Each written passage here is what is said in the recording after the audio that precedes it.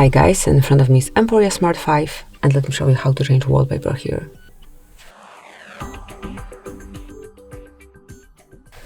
At first, enroll the list of all apps, go to the settings, find and select display and click on wallpaper.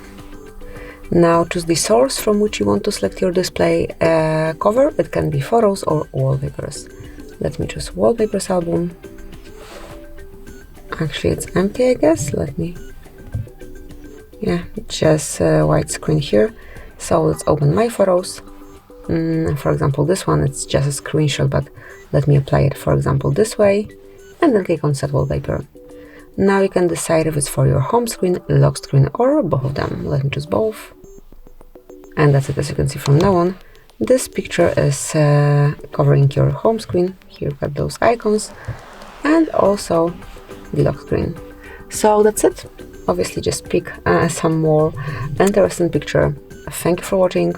Please subscribe to our channel and leave the thumbs up.